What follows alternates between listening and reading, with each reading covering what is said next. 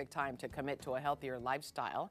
And here to share her tips to help you shift your mindset for success, we welcome back transformation coach Amy Like. Good to see you again. Thank you. Spring people really do like the weather we have this weekend is going to be great, right? Unbelievable. But you often say that people have this all or nothing mentality about them, and you say, wait a minute, hang on a second. Yeah, I want to shift the thinking. So the sun is out. Obviously, we all of a sudden get big energy. We want to overhaul the yard, or we want to get out. We want to play.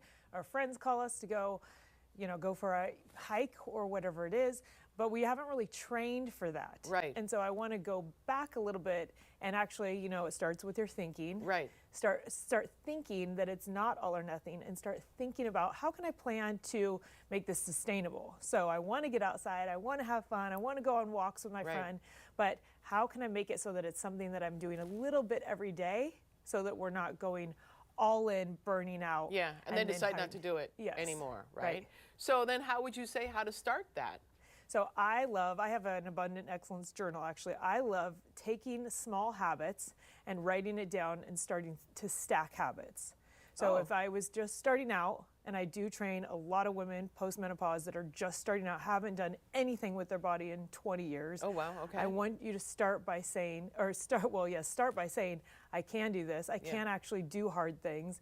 Rather than saying, it's too hard for me, I want you to say, I can do hard things. Well, if you do one little step at a time, right? Yeah. Okay. It puts you in, so instead of saying, I'm going to go out and overhaul my whole routine, I want you to just think about how much movement helps, and we just do 10 minutes a day. So start with 10 minutes and build on that. So I'd rather you do 10 minutes every day for an entire, as a habit all week, than to do an hour, can't move for 2 days, try again. I'd rather you start with 10 minutes, which you can do. Right, and then build up. Yeah. You were talking about a goal. Having a goal is always a good one, and you say 8 to 10,000 steps a day. Yeah, well, 8 to 10,000 steps a day is what I want you to work up to. Right, that's the goal.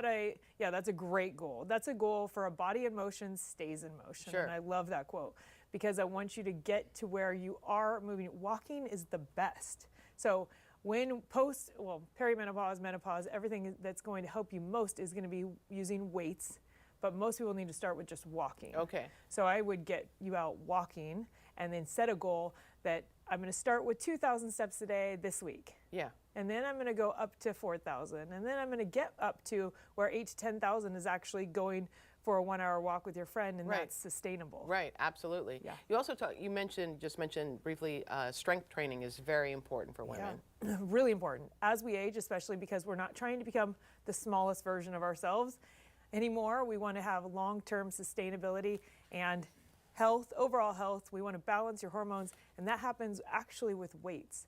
And so I work out at home with dumbbells. I coach all my women to work out with just 2 dumbbells at home. Right. And you start again with 10 minutes. But weights is the resistance that builds your bone strength. And muscle is what supports your bones. And as we age, if we're not using weights, we are actually getting less muscle with time. And muscle burns calories too, right? Oh, yeah. The more muscle you have, the more calories you burn. Yeah, doing nothing too. So if I use weights, I'm burning more calories all day, that day, that I just use those weights without having to be active all day. Right, gotcha.